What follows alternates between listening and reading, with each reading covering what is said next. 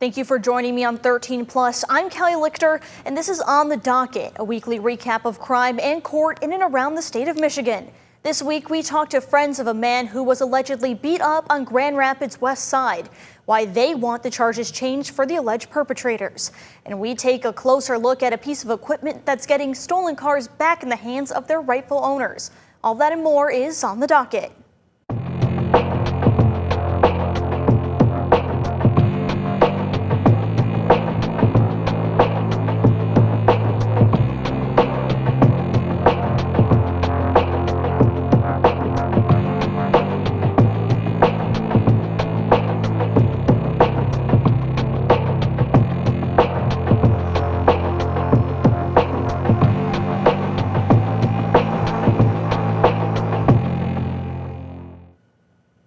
Family and friends of a man they say was beaten by a couple of teens to the point he needed to be hospitalized are upset after learning the teens aren't being charged as adults. Our Lauren Baker spoke to the Kent County prosecutor about why the juveniles aren't being charged as adults and find out why the man's friend says the charges aren't good enough.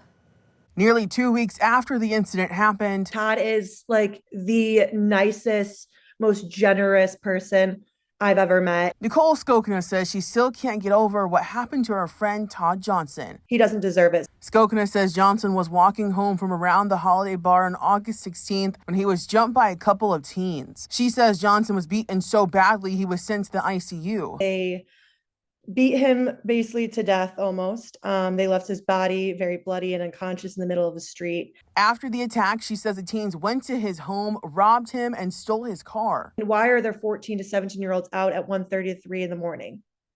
Where are the parents? Grand Rapids police confirmed to 13 on Your Side that on the same day, they were called to a home in the 1900 block of 8th Street Northwest for a burglary and confirmed that an unidentified man in the hospital in critical condition was the homeowner. Right now, one juvenile is charged as a juvenile for aggravated assault, but the family says more charges need to be made. I think that if you were a juvenile, yes, you beat someone, that's whatever, and that's it. The fact that they went on and then robbed his house and then stole his car, I think that's where it's like, okay, they need to be charged as adults because they're clearly doing more things. Kent County prosecutor Chris Becker says the teens were charged as juveniles because of the law. It's a horrible situation, but it's just the fact that a juvenile did a horrible thing doesn't mean it automatically can charge with as an adult. I mean, that's under Michigan law, only gives us certain cases, murder, carjacking, rapes, essentially your capital cases are the cases that we can charge automatically into the adult system.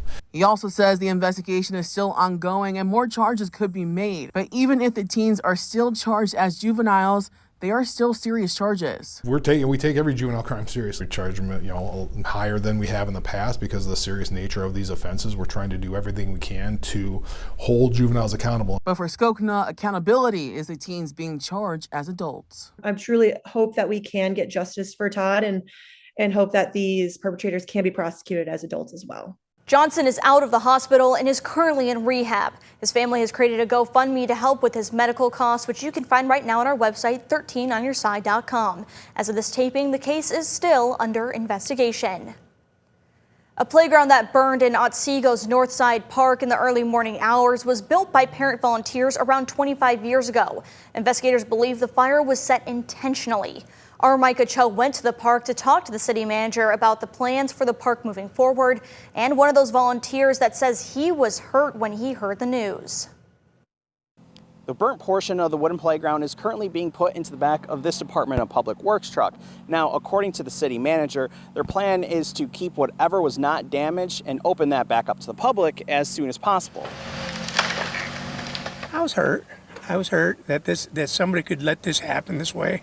For Joe Cook, the playground at Northside Park represents hard work, love, and community. 25 years ago, he and a group of volunteers, ranging from parents to neighbors, helped build it. We were helping each other.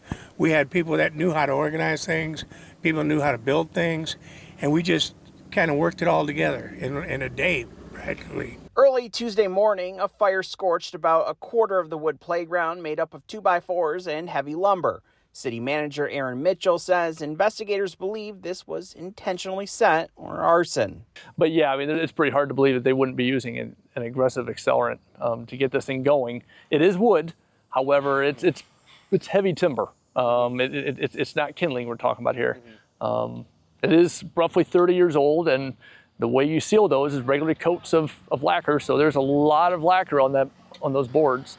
So I'm guessing once it went, but it does take quite a bit of work to get it going. Northside Park, according to Mitchell and Cook, is one of the busiest in Otsego. While closed for now, Mitchell says there are currently no plans to tear down the rest of the playground. So now we're trying to separate the burnt part from what's existing and what's perfectly safe going forward, and securing it, and then we'll be able to remove this ugly yellow tape and let kids back on it. That's now the best case scenario for neighbors like Cook. We enjoyed building this for the kids, and it just to take part in what our kids like. Now, the Otsego Police Department is handling this investigation. For anybody that has pictures or video from Monday night into Tuesday morning concerning this fire, you're asked to give those to police. Michigan is one step closer to seeing changes to the state's Amber Alert system. The Michigan House passed 2 bills aimed at updating the system after a young boy died last year. Multiple representatives say this will make it easier for law enforcement to call Amber Alerts for children, something Rowan Morey's family has been advocating for. The House chamber erupted in applause Thursday as House Bills 4517 and 4518, Rowan's Act, passed. I urge my colleagues to support this bill, this package, not just for Rowan, but for every child who deserves to be found and for every parent who deserves to be heard. The passage of these bills comes a year after 6-year-old Rowan Morey was found dead in an apparent murder-suicide in Isabella County after a failed custody exchange between his father in Isabella County and his mother, Brandy Morey Poles, in Caledonia. And I'm going to change the way things happen for Amber Alerts for children. Parental kidnapping deserves just as much justice as any kidnapping ever. Since Rowan's death, Morey Poles and her family have advocated for the 2 House bills so no other child ends up like Rowan. This legislation, better known as the Rowan Act, will give Michigan State Police the authority to issue an Amber Alert when they believe a child is in danger in the cases that fall outside the traditional abduction definitions. Representative Jerry Nyer, who represents Isabella County, says no Amber Alert was issued for Rowan because of the alert's narrow criteria. Representative Angela Regas, who represents Caledonia, says these bills will help law enforcement issue Amber Alerts even when the case doesn't fit the definition of abduction. Recognizes that danger doesn't always come with flashing lights or dramatic headlines. Sometimes it's a delayed return. Both bills passed 104-1, with Representative Steve Cara voting no both times. The bills now go to the Senate for approval. And next on the docket, what changes Grand Valley State University is making after a stabbing and car thefts on campus, and how schools are using AI to stop gun threats before they even happen. Grand Valley State University says it is increasing patrols after an alleged stabbing over the weekend and car thefts. I spoke with students on how the recent crimes have affected campus life. Police say they're still searching for this person of interest in a reported stabbing on Grand Valley State University's Allendale campus early Sunday morning. The alleged stabbing and other reported crimes on campus have left sophomore Hannah Tandesky scared. Honestly, kind of scared. I don't know, nervous to just walk around, I guess. But it made me feel a little bit better that it was 2 people fighting and it wasn't just random. Tandesky says while she doesn't live on campus, she hopes incidents like this don't happen randomly. A little after midnight on Sunday, GVSU police responded to a fight and reported stabbing behind Kistler Living Center. They found a man with minor injuries at the scene, but the victim didn't need additional medical care beyond first aid, according to police. Freshmen Tyler Cameron and Carter Johnson both say this incident puts them on edge. A little scared, but also kind of just nervous to see if that'll happen again, but also we weren't in it, so for the most part it feels safe, but just knowing that it's out there. Yeah, I just heard about it. I didn't see anything happen, so I'm fine with it. but I mean, it's like a bad thing. They didn't anticipate an incident like this to start the school year, but say they have noticed an increase in police on campus. Tandesky is also concerned about reported car thefts on campus. I literally parked over there and I was like, better lock my car so no one breaks into it. GVSU police say 2 vehicles were stolen from a parking lot on campus, with the suspects leaving when police arrived. They were in a vehicle that was reported stolen from a neighboring community. I don't know, it's still not fun to like have to worry about that. GVSU says they are taking the threats to students very seriously and have implemented changes to their safety measures. Students will be required to register or sign in any guests upon request, and guests will be limited to 1 visitor per student. Quiet hours in living centers will start at 11 p.m. Entry to some living centers will now require residents to show their GVSU ID. Parking lots D1 and D2 in Allendale will be closed every night after 10 overnight, and guest parking are no longer allowed. Parking services will up the ticketing enforcement across residential parking lots. Students are encouraged to register their vehicles as soon as possible. Artificial intelligence is becoming more and more frequent in our daily lives, and one company is even using it to try and prevent school shootings. Arnick Nelson spoke with the company and the superintendent of the Mason County Central School District, where the ambitious AI software is able to identify a number of different firearms using surveillance cameras in real time. And it's even able to potentially alert authorities before a shot is even fired. Back in the day, Sandy Hook really shook me up, and it shook up some our sheriff here in Mason County, and we reached out to each other and just said, we've got to do something. The 2012 school shooting that took the lives of 28 people was the beginning of Mason County Central Superintendent Jeff Mount wanting to do everything he could to make sure students in his district were safe from gun violence. After receiving 3 separate grants from the state of Michigan to improve security, Mount got wind of a system called Zero Eyes, an artificial intelligence-based software that can detect guns using the school's security cameras. Co-founder Sam Alimo says the idea came after the 2018 Parkland shooting, where security camera footage was only used after the fact. The cameras would be used forensically after a mass shooting.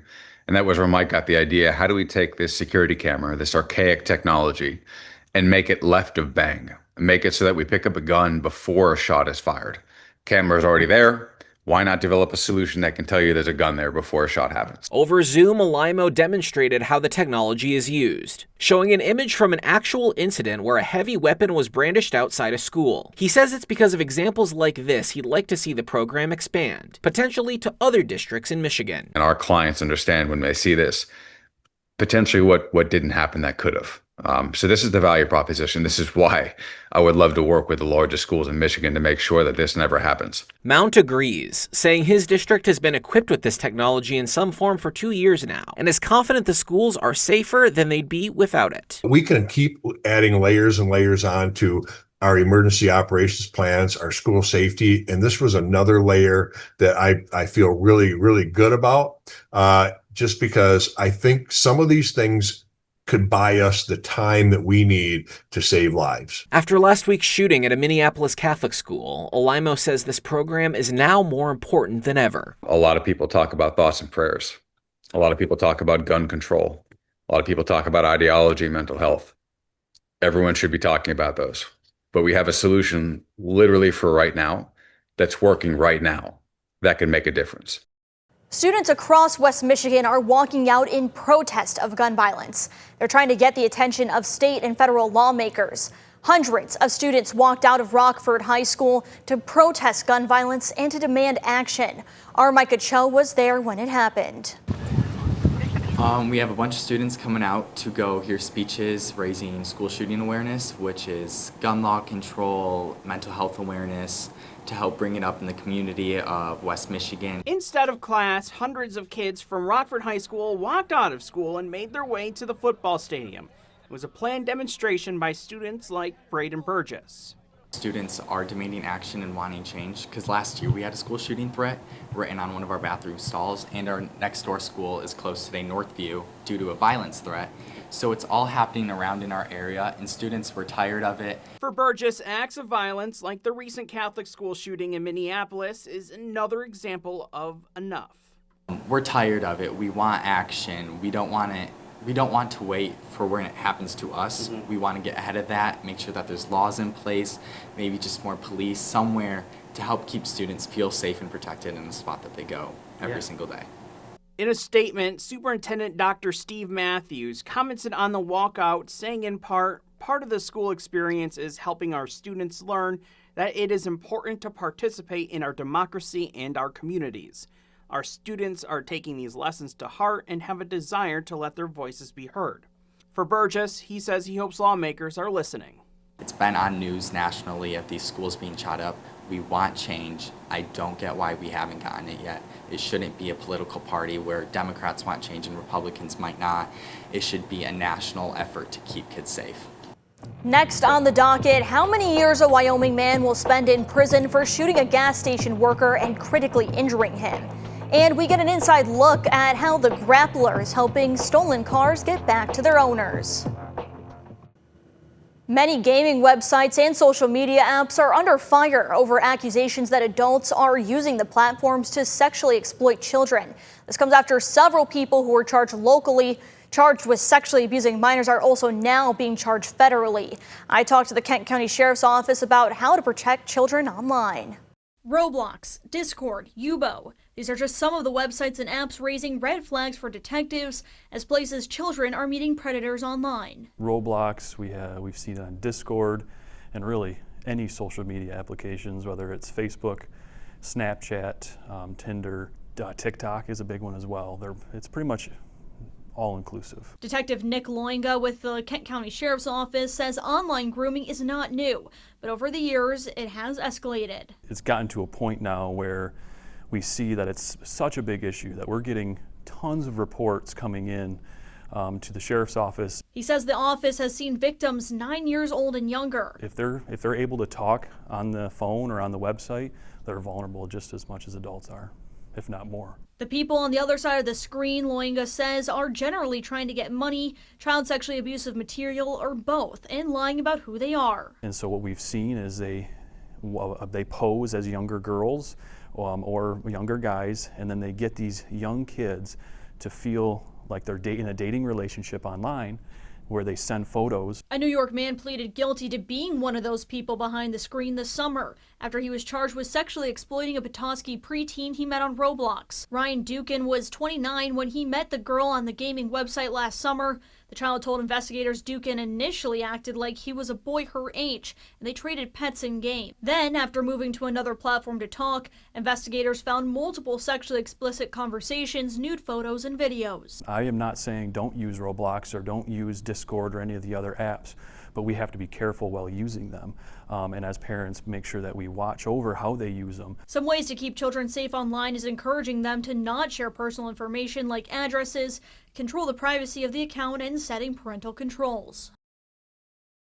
A Wyoming man will spend years in prison for shooting a gas station worker. Nico Mina pleaded no contest to the 2024 shooting that left the attendant critically injured. Mina used his time in front of the court to apologize, and his attorney asked for a lighter sentence. But as we'll see in a minute, that wasn't exactly what he was given.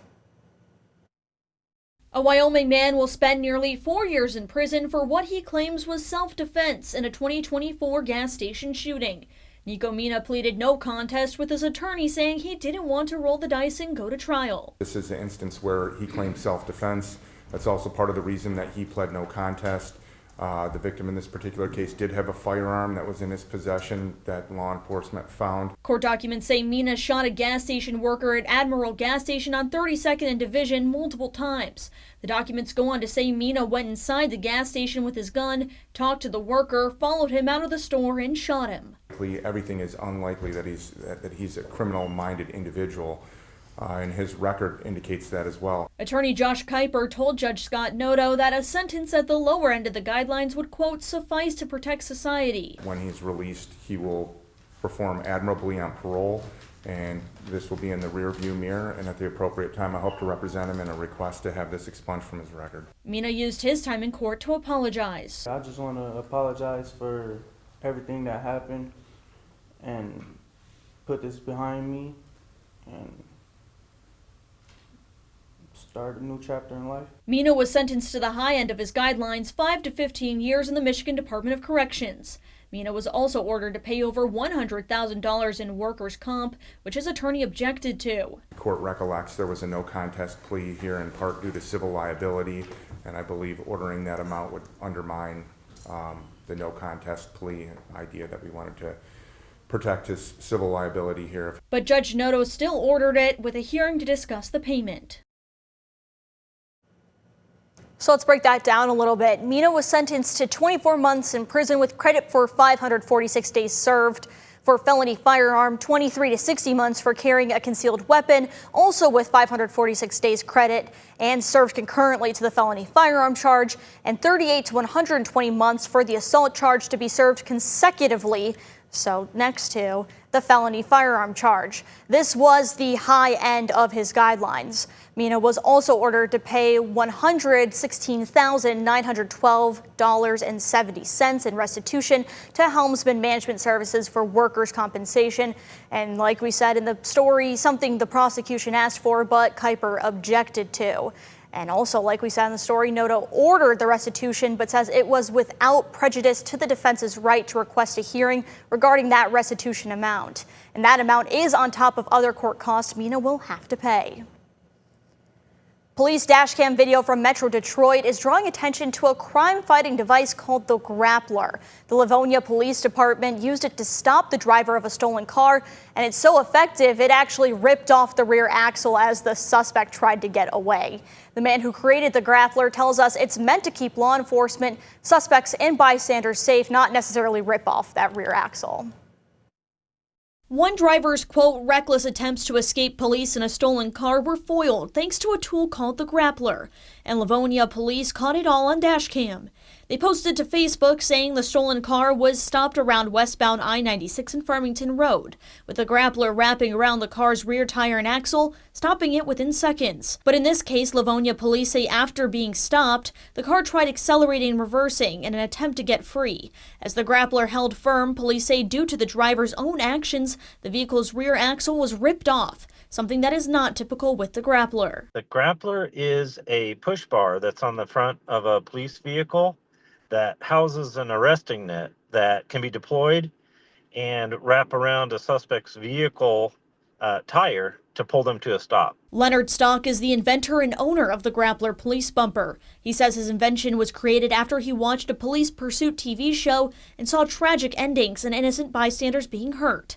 Stock says generally speaking, it's safer than the commonly used pit maneuver. In most cases, the Grappler, the suspect vehicle just stays straight where you would hope it would stay.